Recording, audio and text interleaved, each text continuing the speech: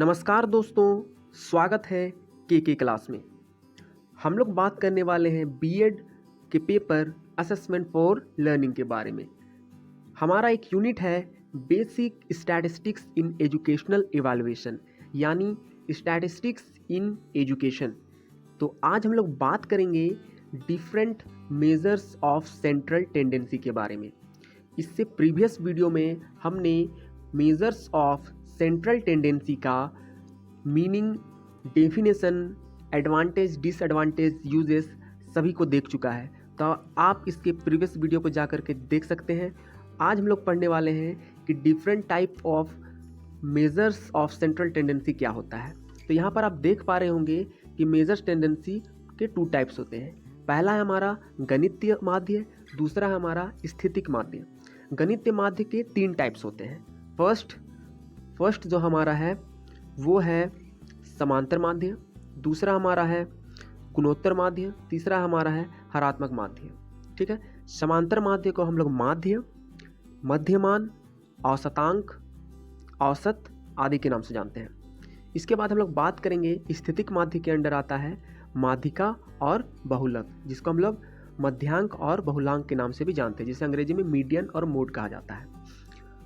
अब हम लोग यहाँ पर देखेंगे कि केंद्र प्रवृत्ति की माप क्या होती है। इससे प्रीवियस वाले वीडियो में हमने इसे डिटेल में देखा है, लेकिन मैं इसे पढ़ाने से पहले एक बार रिकैप कर देना चाहता हूँ कि केंद्र प्रवृत्ति की माप किसी भी समूह के आंकड़ों या आवृत्ति वितरण, ठीक है, कोई भी आपके पास आंकड़ों का एक समूह है या फिर आवृत्ति वितरण, जिसको हम लोग कहते हैं फ्रीक्वेंसी डिस्ट्रीब्यूशन, यानी कि 7, 8, 15, 19, 41, 91, वहाँ पर क्या हो रहा है, हमारा जो डाटा वो फ्रीक्वेंट हो रहा है। तो आवृत्ति वितरण के केंद्रीय मान, ठीक है, उसके केंद्रीय मान या फिर उसके सर्वश्रेष्ठतम मान जिस संख्यात्मक विधि द्वारा ज्ञात किया जाता है। मतलब आपके पास क्या हो रहा है, एक आंकड़ा दे दिया जा रहा है, एक समूह में एक आंकड़ा दे दिया गया है।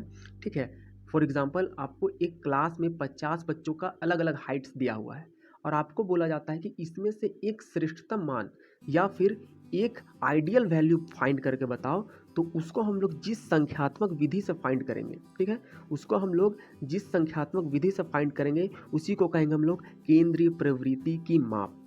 और इस केंद्रीय प्रवृत्ति की माप को फाइंड करने के लिए हम लोग इन सारे विधियों का यूज करते हैं, इसलिए इसे कहा जा रहा है different measures of central tendency.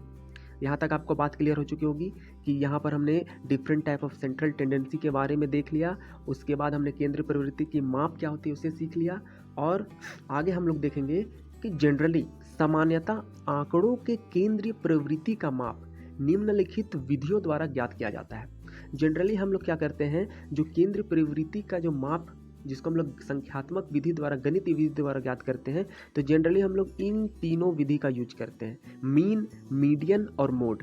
एक टीचर होने के नाते आपको इनका जानकारी होना बहुत ही ज़रूरी है, इसलिए इसको बीएड सिलेबस में डाला गया है कि आप एक रिजल्ट तैयार कर सके, बच्चों का कितने वो मार्क्स गेन किए उसका एवरेज निकाल पाएँ, या फिर आपको किसी क्लास में बॉयज़ का एवरेज हाइट ज्ञात करने के लिए बोल गया, विभिन्न कार्य हो सकते हैं। तो उसके लिए आपको इन 3 मेथड्स को जानना बेहद ही ज़रूरी हो जाता है।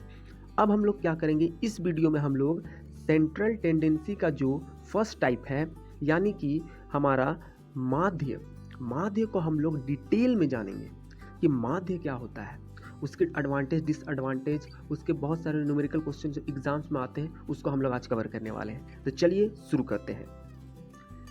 सबसे पहले हम लोग बात करेंगे माध्य के बारे में कि माध्य होता क्या है, इसके डेफिनेशंस को जानेंगे, इसके टाइप्स को जानेंगे कि इसके डिफरेंट टाइप्स क्या है, इसके कैरेक्टरिस्टिक्स, इसके डिसएडवांटेजेस और लिमिटेशन, इसको हम लोग अच्छे से पहले कवर करेंगे। तो ये सारा हमारे पास सिलेबस है माध्य को लेकर के। तो माध्य जो एक अपने में एक बड़ा टॉपिक है, इसलिए मैं इस वीडियो को 2 पार्ट में कैटेगराइज करूँगा। एक हमारा होगा थ्योरेटिकल पार्ट, एक हमारा होगा न्यूमेरिकल पार्ट। थ्योरेटिकल पार्ट में हम लोग देखेंगे कि हमारा जो माध्य में माध्य क्या है, व्हाट इज मीन, उसके बाद इसकी परिभाषा, यहाँ पर जो टाइप्स है इसके डिफरेंट टाइप्स को अभी हम लोग शॉर्ट में देखेंगे, और इसके जो दूसरा पार्ट होगा जिसको हम लोग बोले न्यूमेरिकल पार्ट, उसमें हम लोग इसके क्वेश्चंस को हल करेंगे और उसको भी डीप में जानेंगे। फिर हम लोग देखेंगे इस वीडियो में कि इसके कैरेक्टरिस्टिक्स क्या होते हैं, इसके डिसएडवांटेजेस और इसके लिमिटेशन, ठीक है, उसे भी हम लोग आज कवर करेंगे। तो सबसे पहले हम लोग बात करते हैं इसके थ्योरेटिकल पार्ट, यानी कि मीन क्या है, ठीक है। मीन क्या है, जिसको हम लोग औसतांक, अर्थमेटिक मीन, ठीक है, मध्यमान के नाम से जानते हैं। तो सपोज करिए कि आपके पास एक समूह में बहुत सारे आंकड़े दे दिए गए हैं, ठीक है, बहुत सारे आंकड़े दे दिए गए हैं।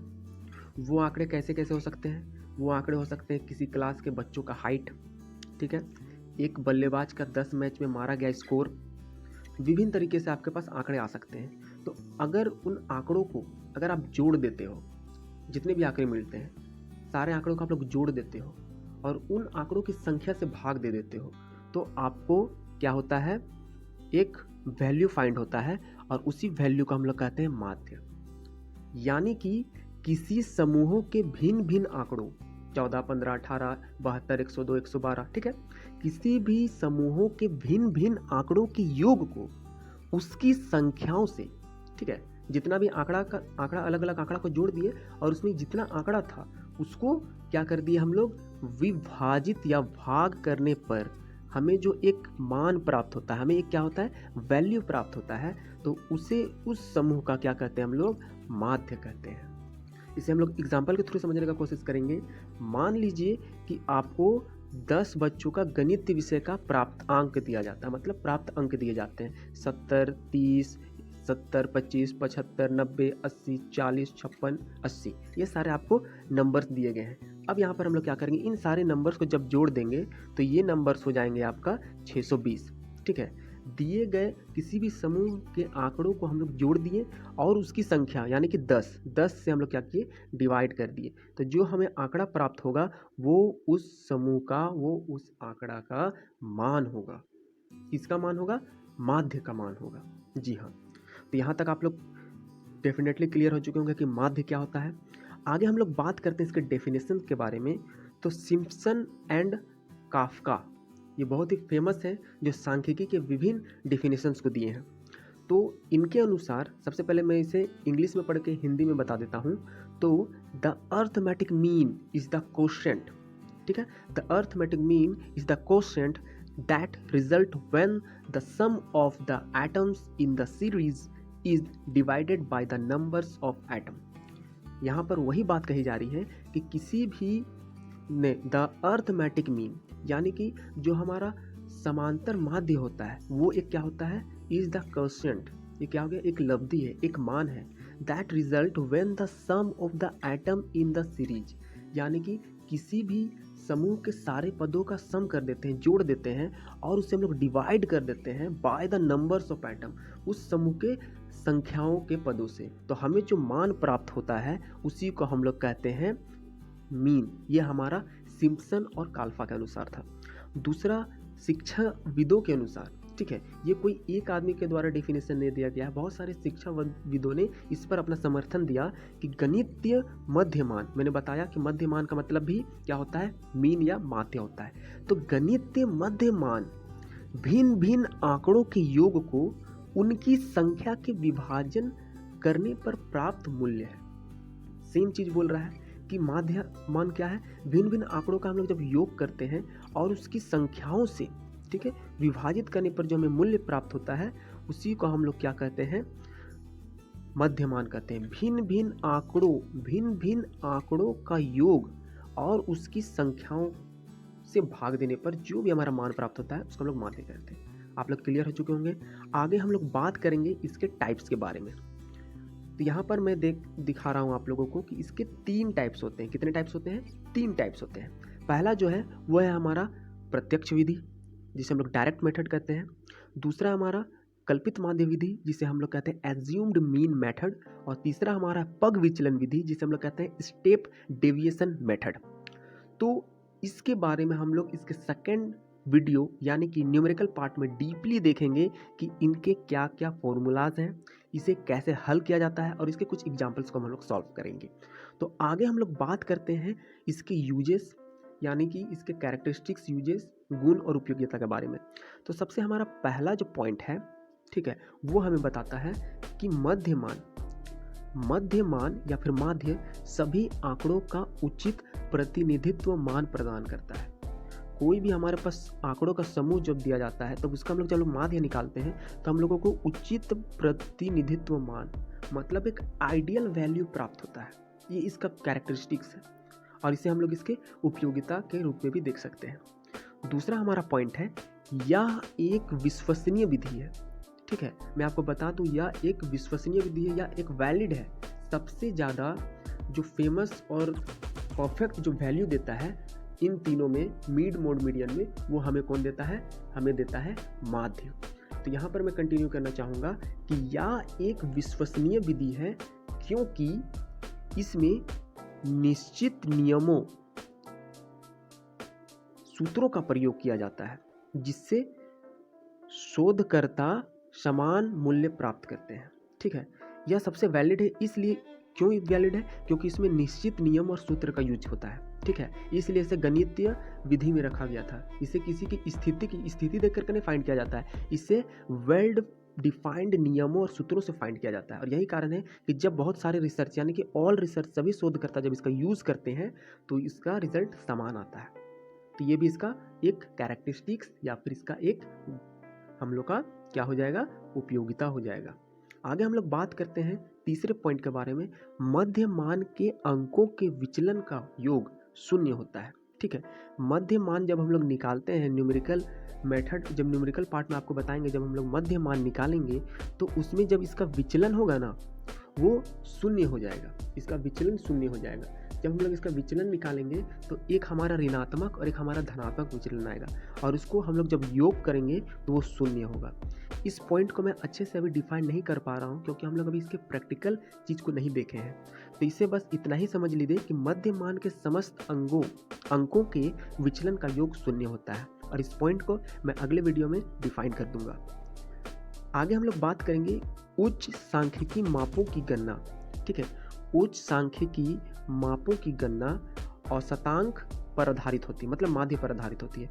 जो भी हम लोग उच्च सांख्यिकी माप यानी कि स्टैंडर्ड डेविएशन, कोरिलेशन कोफिशिएंट, ये सारे हमारे हाई लेवल के स्टैटिस्टिक्स मेजरमेंट है। तो इनका जब हम लोग गणना करते हैं तब हम लोग को क्या करना पड़ता है? औसत का ही यूज करना पड़ता है। टोटली वो औसत पर ही बेस्ड होते हैं।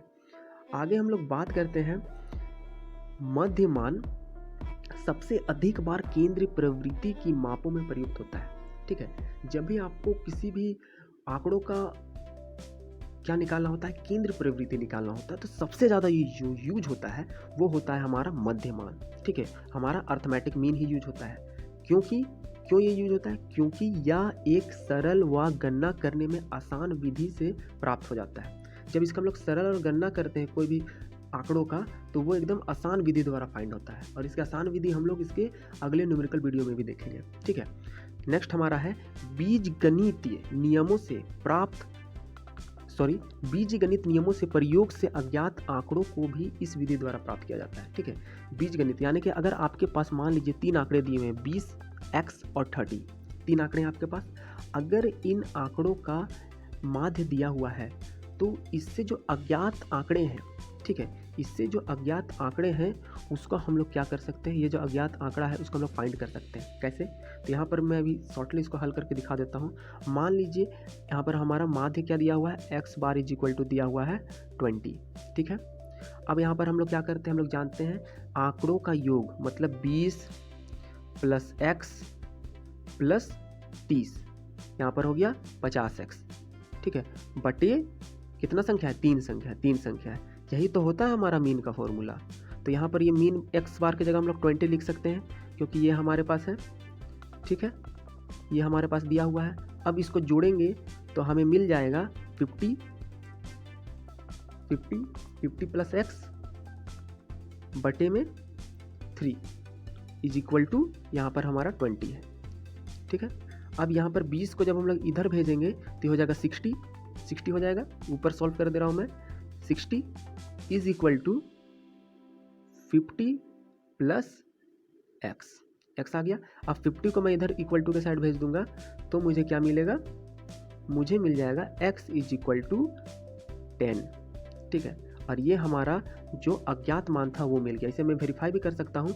अगर 20 और x हमारा 10 हो जाता, 30 30 60, मतलब योग कितना हो गया, योग हमारा हो गया 60, और हमारा कितना संख्या है, 3 संख्या है, कितना है 3। तो इसका हमारा कितना आ गया मीन, यहाँ पर मीन आ गया 20, और मीन हमारा दिया हुआ भी था। तो इस तरह से बीजीय गणित, यहाँ पर हम क्या कर रहे थे, बीजीय नियमों का उपयोग कर रहे थे, और हम क्या किए, इसके अज्ञात आंकड़ों को निकालिए। एक बार फिर से मैं रिकैप कर देना चाहूँगा। सबसे पहला हमारा कि मध्य मान से सभी आंकड़ों का उचित प्रतिनिधित्व करने वाला मान मिलता है, ठीक है। दूसरा है यह एक विश्वसनीय विधि है, जिससे हम लोग क्या करते हैं, एक निश्चित एक फिक्स्ड सूत्रों का यूज करते हैं, जिससे सभी शोधकर्ताओं को सामान्य मूल्य प्राप्त होते हैं। तीसरा मैंने बताया कि मध्य मान के समस्त अंकों के विचलन, इसके विचलन का योग हमेशा शून्य होता है, ठीक है। ये ऑब्जेक्टिव टाइप में भी आता है, तो इसे आप याद रखिएगा। अगला है हमारा, जब हम लोग हाई लेवल का सांख्यिकी मापों की गणना करते हैं तो वो टोटली हमारा अर्थमेटिक मीन पर ही आधारित होता है। पांचवा था, यह सबसे अधिक बार केंद्रीय प्रवृत्ति के मापों में प्रयुक्त होता है। क्यों? क्योंकि इसकी गणना जो होती है वो सरल और आसान हो जाती है इसके आसान विधि के द्वारा। अगला हमारा था कि बीजगणित, जिसको मैंने अभी उदाहरण से समझा दिया कि बीजगणित के नियमों का प्रयोग करके हम लोग अज्ञात आंकड़ों को भी फाइंड कर सकते हैं। आगे हम लोग बात करते हैं इसके लास्ट टॉपिक की, डिसएडवांटेज और लिमिटेशंस ऑफ मीन, ठीक है। तो इसका पहला जो डिसएडवांटेज है वह यह है कि यदि अंक श्रृंखला में, यदि आपके पास जो समूह में जो आंकड़ा मिलेगा उसमें से एक मूल्य ज्ञात नहीं होगा, ठीक है। मान लो कि 20, x और 30, ठीक है। इसमें आपको बोला जाता है मीन फाइंड करने, तो वहाँ पर तो मीन दिया हुआ था इसलिए आप x फाइंड कर लेते हैं। लेकिन अगर आपको नहीं दिया जाएगा तो यहाँ पर से आप क्या होगा, आपका मीन फाइंड नहीं होगा। ये इसका पहला ड्रॉबैक है, ठीक है। दूसरा है कि कभी कभी यह हमें अवास्तविक मूल्य प्रदर्शित भी करता है, ठीक है। अवास्तविक मूल्य कहने का मतलब है, सपोज करिए, इसे मैं क्रिकेट के खिलाड़ी से रिलेट करता हूँ। मान लीजिए धोनी पहला मैच में मारता है 30 रन, ठीक है। वो दूसरा मैच में मारता है 10 रन, ठीक है। और वो तीसरा मैच में मारता है फिर से 10 रन में आउट हो जाता है, ठीक है। चलो इसमें फिनिश किया था 10 मार के।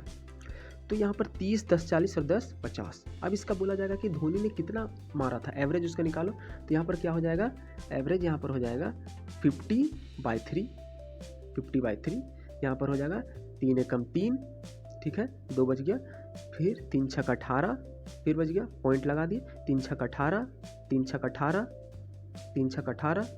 सबसे पहले तो यहाँ पर क्या हो रहा है, अवास्तविक मूल्य मिल रहा है हमको, अवास्तविक मूल्य। अब अगर इसको 16.67 भी कर देते हैं तो क्या धोनी किसी भी मैच में 16.5 मार सकता है? नहीं, या तो वो 16 मारेगा या तो वो 17 मारेगा। तो ये थोड़ा अवास्तविक मूल्य हमें मिल रहा है, ठीक है। तो इस बात को आप क्लियर हो पाए होंगे। अगला हमारा पॉइंट है कि मध्य मान की गणना सभी मूल्यों की सहायता से होती है। अभी मैंने फर्स्ट पॉइंट में ही बताया था कि जब हम लोग माध्य निकालते हैं तो हमारे पास एक एक मूल्य पता होना चाहिए, ठीक है, तभी हम लोग क्या करेंगे, इसका मध्य मान निकाल पाएंगे। तो मध्य मान की गणना सभी मूल्यों की सहायता से की जाती है, अतः कभी कभी असामान्य पद इसके मूल्य को प्रभावित करते हैं। देखिए, इसके लिए मैं एक छोटा सा एग्जांपल लूँगा और आपको बहुत ही बढ़िया तरीके से क्लियर हो जाएगा, ठीक है। मान लीजिए कि किसी बच्चे के पास 20 रुपया है, ठीक है, किसी बच्चे के पास 5 रुपया है, ठीक है, और किसी बच्चे के पास 200 रुपया है। अब बोला जाएगा आपको एवरेज निकालने के लिए, तो यहाँ पर क्या हो रहा है, 200, 220, 225, 225 कितना से भागा देना है, 3 से भागा देना है। थोड़ा सा साफ कर देता हूँ, 225 को 3 से भाग देना है, ठीक है। तो यहाँ पर हो गया 3 7 जा 21, ठीक है, फिर 3 5 जा 15, 75। अब ये 75 ना तो 20 के बराबर है, ना तो 5 के बराबर आता है, और ना ये 200 के बराबर में आता है। मतलब ना इसका हुआ, ना इसका हुआ, ना इसका हुआ। एवरेज तो हम लोग निकाले, लेकिन ये किसी का नहीं हो रहा है। 5 वाले को एक भाई की 75 का एवरेज बता देना भी गलत होगा, ठीक है, या 20 वाले को या 200 वाले का घाटा 75 हो जा रहा है। तो यहाँ पर क्या हो रहा है, एक असामान्य पद, कौन था असामान्य पद, 200, एक 200 के आ जाने से वो पूरा मूल्य क्या हो जा रहा था, प्रभावित हो जा रहा था। और इसी कारण से यह मापन अंकों का प्रतिनिधित्व नहीं कर पाता है। ये भी इसका क्या हो गया, डिमेरिट हो गया कि एक असमान पद के आ जाने से ये प्रतिनिधित्व वाला जो मान है वो नहीं दे पाता है। तो ये तो था हमारा माध्य के बारे में कि माध्य क्या है। माध्य हम लोग जाने कि माध्य क्या होता है। माध्य होता है किसी भी आंकड़ों को जब हम लोग योग करके उसको उसी आंकड़ों की संख्या से डिवाइड कर देते हैं तो वो माध्य होता है। उसके बाद हमने दो डेफिनेशंस देखे, इसके 3 types, direct method, assuming method और इसके पग विचलन विधि यानी कि स्टेप डेविएशन मेथड को हमने जाना। उसके बाद हमने देखा कि इसके कैरेक्टरिस्टिक्स क्या क्या होते हैं और इसके डिसएडवांटेज और लिमिटेशन को हमने सीख लिया। नेक्स्ट वीडियो में हम लोग देखेंगे न्यूमेरिकल पार्ट। ठीक है, न्यूमेरिकल पार्ट में हम लोग देखेंगे कि इसके जो टाइप्स हैं उसे हम लोग किस तरीके से सॉल्व करते हैं, डीपली समझेंगे। तो अगर आपको ये वीडियो पसंद आता है तो प्लीज़ चैनल को सब्सक्राइब करिए, वो बेल वाला आइकन है उसे प्रेस करिए। धन्यवाद, जय हिंद।